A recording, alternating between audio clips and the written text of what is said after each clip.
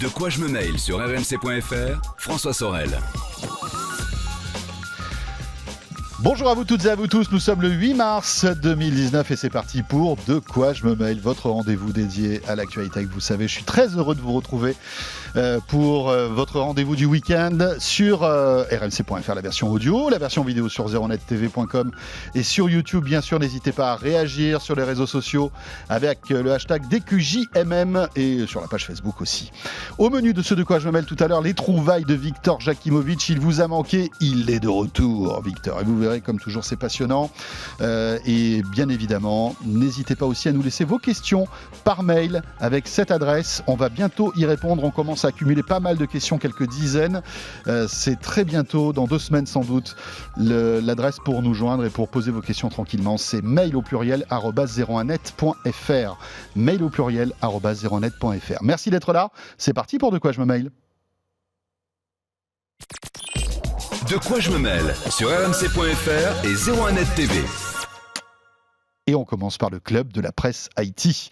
À ma gauche cette semaine, c'est Jean-Sébastien Zanqui. Bonjour Jean-Sébastien. Bonjour François et bonjour à tous. Qui est un historique de quoi je me mêle. Ça fait des années et je suis très heureux de te retrouver. Moi aussi également. Parce que Éric Le Bourlou est en vacances. Mon Dieu, quelle drôle d'idée. Franchement, de partir en vacances, mais c'est quoi ça ? Oui, je comprends pas. Alors, Jean-Sébastien qui est journaliste à 01net.com et à mes côtés aussi sur notre droite, c'est Emmanuel Paquette. Salut Emmanuel. Salut François.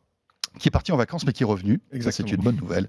Et qui est journaliste à l'Express. On va commenter ensemble l'actualité de la semaine et on va commencer par ce petit séisme dans le monde des réseaux sociaux.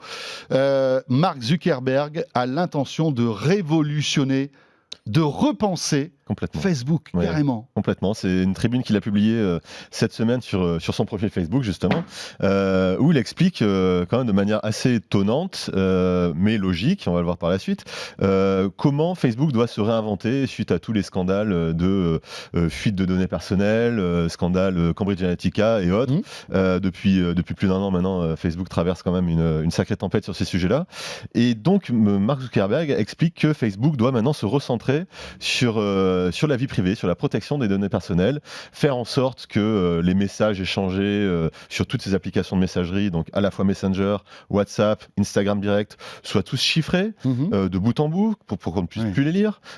Comment les utilisateurs de Facebook vont pouvoir plutôt utiliser Facebook de manière privée. Il compare ça, Facebook est un square public, ça devient maintenant un salon privé, donc on se parle entre nous. C'est ça la grosse révolution, c'est-à-dire qu'il est en train de dire que ce qui faisait la force de Facebook, où on publiait en fait au monde tout ce qu'on voulait, en fait toutes nos informations personnelles, il est en train de dire que bon, ça c'est fini, les gens ont évolué, maintenant ils veulent autre chose, ils veulent non pas discuter, envoyer toutes ces informations au monde, mais à leurs proches. C'est ça, c'est exactement ça, c'est un peu lui. En fait, c'est basé un petit peu sur l'utilisation qu'on a maintenant de WhatsApp, en fait, puisque WhatsApp, c'est pas seulement pour échanger avec une personne, mais c'est pour échanger aussi avec des groupes. On peut se faire des groupes d'amis où on communique sur des sujets divers et variés, sans que ce soit mis sur la place publique. C'est un peu cette approche-là que veut avoir Mark Zuckerberg, et il parle aussi de la permanence des applications, des publications. C'est-à-dire maintenant, quand on voit le succès des stories, d'abord sur Snapchat, maintenant sur Instagram,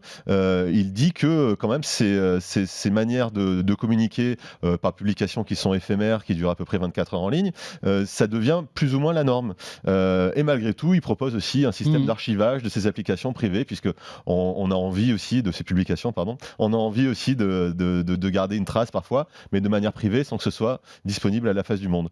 Donc c'est vraiment une manière de repenser complètement Facebook. Alors, Mark Zuckerberg l'a dit, c'est un peu son gros chantier, ça va prendre des années, Emmanuel. Est-ce que tu y crois ou pas à cette métamorphose avouée de Facebook? Y croire, oui, puisque de toute façon, il avait déjà annoncé qu'il voulait fusionner en fait WhatsApp, Instagram et Facebook dans ce qu'il appelait le projet WhatsAppbook, donc on y est là quasiment. Et ce qui est assez intéressant, c'est que la publication de sa lettre ouverte sur Facebook intervient juste après que l'Allemagne ait dit, en gros, nous, on ne veut pas que Facebook mêle les informations prélevées sur Facebook avec celles prélevées sur WhatsApp et celles mêlées sur Instagram. Il faut se rappeler que lorsque Facebook a racheté WhatsApp, devant la Commission européenne, Zuckerberg et toute la société avaient dit on ne peut pas et on ne mélangera jamais les données privées de WhatsApp avec celles de Facebook. Aujourd'hui, il revient en arrière, et donc ça a créé en fait une crispation du gouvernement allemand, et des autorités allemandes, qui ont dit hors de question de faire ça. Et là, on voit bien que Facebook a changé de propos en disant on va protéger votre vie privée en fusionnant ces différents services. Donc, c'est quand même assez intéressant. C'est simplement, en fait, c'est la même stratégie, mais emballée sous une différente forme. Voilà, on va voir après, il a dit, ce chantier prendra des années, parce qu'on peut imaginer que pour les développeurs, ça va être un chantier phénoménal. Est-ce que ça ne va pas aussi bouleverser l'équilibre d'audience de Facebook ? Sans doute, parce qu'il y a plein de gens qui vont être déçus. Mais je pense aussi que Mark Zuckerberg en a marre d'être un petit peu de cristalliser autant de haine autour de lui. L'affaire Trump, les fake news, enfin tous ces trucs-là, les scandales de vie privée. Je pense qu'il doit commencer à en avoir ras-le-bol. Et en réinventant peut-être le modèle Facebook, il veut limiter tout ça à l'avenir, non ? Oui, en fait, je pense qu'effectivement, tu as raison. C'est plutôt... Enfin, pour moi, je lis cette lettre ouverte comme un aveu d'échec, bien sûr. Un double aveu d'échec. Bien sûr. Le premier aveu d'échec, c'est de dire, en fait, on n'arrive pas à réguler les news d'information sur le newsfeed de Facebook, c'est-à-dire le partage des informations. Et comme on n'arrive pas à le faire, plutôt que de dire, on va mettre des gens pour réguler ça, etc., de dire, finalement, on bascule, on va changer de modèle, et on va plutôt privilégier la communication privée entre les gens. Ce qui permettra éventuellement de contrôler, effectivement, plus facilement la diffusion de fake news, etc. Ça deviendra de fait, ça ne deviendra plus un enjeu. Mais ça, aujourd'hui, surtout, est possible grâce à un deuxième échec, qui est que la croissance même sur Facebook est en train de stagner. Le nombre d'utilisateurs à Facebook est en train de se tasser un peu partout. Alors, il y a 2,3 milliards d'utilisateurs. Oui, c'est ça, évidemment. Mais quand on regarde sur le dernier trimestre, par exemple, on voit qu'on est passé par exemple, aux États-Unis et au Canada, de 185 millions d'utilisateurs à 186. Ils ont gagné en un trimestre 1 million d'utilisateurs actifs. Ce qui est quasiment rien. Oui, quand on regarde en Europe, ils sont passés de 278 millions à 283 millions. Donc 5 millions d'utilisateurs en plus en un trimestre. La croissance se ralentit. Exactement. Et dans le même temps, ce qu'on voit, c'est Instagram et WhatsApp qui, eux, continuent d'exploser. Donc en fait, c'est plus on suit ce que veulent les utilisateurs et on suit les modes, tout en disant, en creux, on n'arrive pas à limiter l'impact de Facebook sur la circulation des fake news et sur les ingérences éventuelles de pays étrangers. Donc on bascule le modèle. Et puis c'est un réseau qui vieillit, Facebook, il ne faut pas oublier. Aujourd'hui, les ados vont plus sur Facebook. Ils vont sur Instagram. Ils vont sur Instagram ou Snapchat, TikTok. Mais c'est ça qui est assez amusant. C'est Instagram qui est devenu cool dans la galaxie Facebook. Évidemment. Facebook est devenu un peu ringard finalement. Complètement. Et puis surtout, comment dirais-je, le réservoir de toute cette haine et des choses négatives en fait. Il n'y a pas tout ça sur Instagram ou sur WhatsApp. En fait, c'est Facebook qui cristallise en fait tous les problèmes de Mark Zuckerberg aujourd'hui. En grande partie. Et voilà. Après, il y a d'autres problèmes quand même, sur Facebook et Instagram. Il y a le financement du terrorisme en partie. Effectivement. On referme cette page-là qu'on aura l'occasion évidemment de réouvrir plusieurs fois. Autre questionnement, dans une grande boîte, on va dire, de la tech mondiale, c'est Apple. Apple qui se pose des questions aussi. Alors c'est peut-être des questions moins graves parce que tout va très très bien quand même chez Apple, mais malgré tout, on se rend compte que Apple vend un petit peu moins d'iPhone qu'avant et c'est quelque chose qui va peut-être s'accélérer. Et donc Apple essaie de retrouver un nouvel essor, un nouveau souffle et est en train peut-être de pivoter vers les services et ça se ressent là vraiment concrètement d'après toutes les dernières news qui circulent sur le web sur le sujet. Ouais, effectivement, l'indice le plus flagrant de ça, c'est les annonces d'emploi, les offres d'emploi d'Apple qui désormais sont en majorité tournées vers les services plutôt que vers le hardware. C'est la première fois de l'histoire d'Apple que la société veut embaucher en tout cas plus d'ingénieurs dédiés aux services et aux logiciels que d'ingénieurs dédiés au matériel. Donc c'est quand même un signe de ce pivotement d'Apple qui, on le sait, a vendu toujours beaucoup d'iPhone, mais moins que prévu au dernier trimestre 2018, et qui veut maintenant marcher, qui se casse la gueule en Chine, il faut pas... Oui, tout à fait. Tout à fait aussi, qui était quand même un des gros marchés d'Apple à la base quand ils se sont lancés là-bas, et qui veut plutôt marcher maintenant sur les plates-bandes de Netflix, d'Amazon Prime Video, et puis qu'il a déjà fait pour le streaming musical. Donc c'est assez marrant de voir Apple s'acoquiner un petit peu avec ce milieu-là aussi hollywoodien. Je vous parlerai de Tim Cook qui va sur les plateaux de tournage juste après. Oui, parce que et en filigrane, il y a cette grande keynote qui est prévue fin mars. Oui, qui est prévue a priori le 25 mars. Quand on reviendra, la date n'est pas confirmée, mais qui sera sans doute passionnante et liée à ces services. Apple aussi, anticipe l'avenir et essaie de trouver de nouveaux relais de croissance. Alors oui, c'est effectivement, comme tu le dis, comme vous le dites, d'ailleurs, c'est un nouveau relais de croissance, puisque l'idée, alors, si on entend les rumeurs, hein, ça serait un service fusionné dans lequel on retrouverait la musique, Tout à fait. un service de vidéo à la demande, éventuellement même de la La presse. presse. Et Tout peut-être ça même dans un du même cloud service aussi. voilà, et du cloud, hein, puisque aujourd'hui, effectivement, iCloud, c'est un service un peu à part dans l'univers Mhm. d'Apple. Donc tout ça réuni dans un même package, entre guillemets, ce qu'on appelle un bundle, hein, en bon langage français. Donc effectivement, ça, on voit que c'est la tendance du marché pour dire qu'en fait, comme les iPhones se vendent un peu moins bien, on se tourne vers les services qui sont plus rémunérateurs. Mais il faut pas oublier quand même que jusqu'à maintenant, les services chez Apple étaient liés aux appareils Apple. Mhm. Et donc l'idée, c'est de se dire, comme on est sur des marchés de renouvellement, notamment aux États-Unis et en Europe, eh ben, si les gens, à un moment donné, peuvent se dire, tiens, je vais quitter Apple, je vais partir sur du Huawei ou du Samsung, si on se dit que derrière, on risque de perdre quand même sa bibliothèque iTunes en partie, ou son Apple Music, ou demain son service de vidéo, eh ben, on va se dire, on va rester dans l'univers Apple quand même, on va conserver son Apple TV, on va conserver un iPhone ou un iPad. Donc il y a quand même un lien assez fort entre les contenus et les contenants chez Apple. C'est pas l'un sans l'autre, c'est l'un avec l'autre. Et donc, se développer dans les contenus, ça peut permettre de retenir les gens sur les appareils Apple et surtout de les pousser à acheter des nouveaux appareils s'ils avaient eu l'idée de churner et d'aller voir un peu à la concurrence. Alors, je sais pas, pour rebondir là-dessus, je sais pas si ça sera vraiment la stratégie d'Apple, parce qu'on voit que Apple Music est dispo sur Android, Oui. Et qu'on voit qu'au dernier CES, Apple a été dispo, AirPlay est arrivé sur les téléviseurs LG, Sony de mémoire, et qu'il y a même une application qui est arrivée sur les téléviseurs Samsung, Tout à fait. qui permet d'accéder aux séries, a priori, pour l'instant, du store. Donc on imagine après du service SVOD qui devrait lancer. Donc est-ce que vraiment ils veulent continuer à vendre du matériel voilà, est-ce que ça va impliquer vraiment effectivement, du il va matériel falloir voir d'Apple si ou... le bundle, enfin si le tout Ouais. en un sera réservé Voilà. aux utilisateurs C'est ça. d'Apple ou sera ouvert ça à sera tout le monde. bien sûr. plus cher sur d'autres Voilà, exactement. Parce qu'il y a une matériels. autre rumeur aussi qui dit que, en fait, à partir du moment où on achète un iPhone, on pourra avoir tous ces services, enfin, en tout cas, la vidéo gratuite, C'est ce qu'il dit aussi. ouais. comprise dans en fait, dans le prix du produit. Oui. Ça me paraît bizarre. Hein. Oui. Ouais, c'est pas trop la Franchement, stratégie ça me d'Apple. paraît très ouais. bizarre qu'Apple Effectivement. produise. Mais bon, on peut s'attendre à tout. Hein. Regardez cet effort d'ouverture qu'a Apple.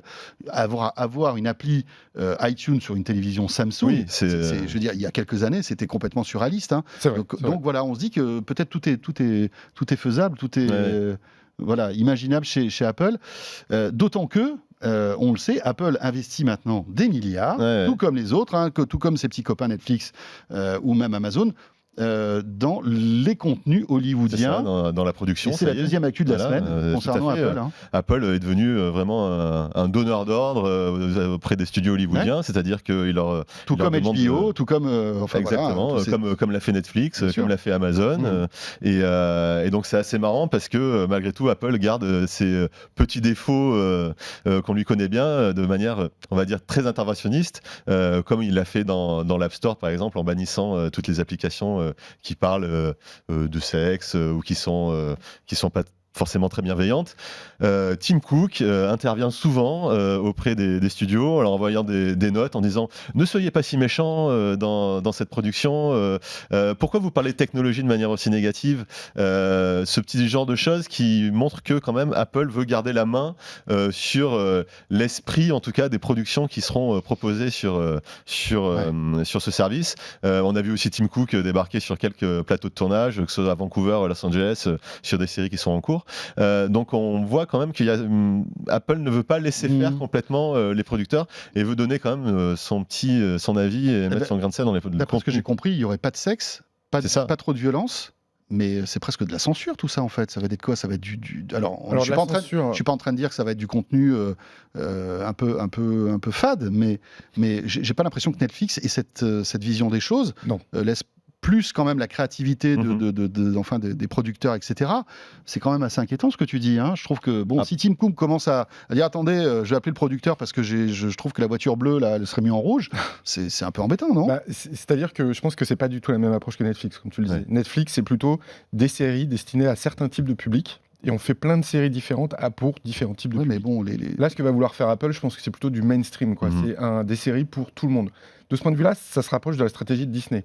Disney, par exemple, ça a toujours été un grand studio hollywoodien qui faisait attention à pas mettre trop de sexe, pas trop de violence dans ses Disney. jusqu'à ce qu'il y ait le tournant un peu Pixar, Star Wars, Bien sûr. où là, ça a donné un nouvel Ouais. ADN un peu à Enfin, il y a Disney. des films sombres, Disney maintenant, tous les Marvel, etc. Sombre jusqu'à une certaine limite, quand même. Ouais, mais c'est quand même ça peut être assez violent, enfin, Mais ça peut être relativement violent. Relativement violent. Relativement violent. plus qu'avant en tout cas. Mais c'est vrai que ça pose d'ailleurs une deuxième question, qui est qu'aujourd'hui, Bob Iger, le PDG de Disney, est au board d'Apple, depuis le rachat de Pixar par Disney. Et donc, l'idée, c'est de se dire, est-ce que ça, c'est encore jouable Oui, puisque les deux vont être en concurrence bien frontale. sûr, puisque Donc, il y a de fortes chances- Disney s'apprête à lancer son Son service de propre VOD service. cette année. Donc il y a de fortes chances qu'il y ait un changement dans les conseils d'administration Bien sûr. des deux groupes, parce que leurs liens vont être plus difficiles à tenir, notamment, je ne sais pas si tu te souviens, mais sur iTunes, le premier studio à avoir signé pour proposer ces contenus, c'était Disney. Parce que Steve Jobs, en plus, était dans le board de Oui, Disney. Exactement, à l'époque. suite au rachat de Pixar, justement. Et donc l'idée, c'est ces liens-là, qui étaient forts entre Disney et Apple, risquent de se Oui, de se distendre, désagréger, bien de se sûr. désagréger au vu des services concurrents qui vont lancer d'ici peu. Ça va être super intéressant de voir. Oui. Alors, visiblement, donc, keynote fin mars, je crois que c'est le 25 ou le 26 La mars. j'ai date pas du la date 25 a exacte. été évoquée, Voilà, le 25 mars. mais rien n'est confirmé pour l'instant. Est-ce qu'on découvrira un petit peu les productions qui sont financées par... Il y a Spielberg, enfin, il y a des noms prestigieux, Oprah Winfrey, Steven Spielberg, j'en passe, c'est les meilleurs. Enfin, c'est quand même assez impressionnant. Ouais, les moyens sont mis en tout Et cas. on peut imaginer qu'Apple a le cash pour pouvoir se payer à peu près ce qu'il veut. Oui, ce qu'il veut. Ils n'ont pas pu se payer Obama. Je sais qu'ils étaient sur le coup, mais c'est Netflix qui a raflé la mise. Netflix l'a eu, oui, effectivement. On termine ce club de la presse IT par quelque chose d'un petit peu plus hardware, c'est Samsung. À noter que la semaine prochaine, dans De quoi je me mêle, je recevrai Guillaume Berlemont, qui est directeur marketing et communication de Samsung, avec qui on retracera un petit peu l'histoire des Galaxy S qui existent depuis pratiquement 10 ans, depuis 2011. Et puis, on évoquera aussi avec lui ce plafond de verre du smartphone. On a l'impression qu'aujourd'hui, un smartphone, c'est... voilà, il n'y a plus trop d'innovation. Est-ce que l'avenir, c'est le smartphone pliable ? Et puis, on évoquera aussi la concurrence avec Huawei qui commence vraiment à faire du mal à Samsung. Et Guillaume Berlemont répondra à mes questions la semaine prochaine dans De quoi je me mail. Mais là, ce qui est intéressant, c'est que Samsung vraiment croit au pliable, invisiblement. Jean-Sébastien, plusieurs smartphones pliables seraient dans les rayons. Oui, on parle tout de cas, dans les l'histoire cartons. effectivement des Galaxy S qui ont 10 ans, mais manifestement, le Galaxy Fold va être le début d'une nouvelle histoire pour Samsung, puisque d'après certaines infos de Bloomberg, Samsung serait en train de travailler déjà sur 2 autres modèles de Galaxy pliables, de Galaxy Fold, qui auraient par contre des form factors différents. C'est-à-dire, là, on connaît le Fold actuel qui se replie sur lui-même, l'écran est protégé.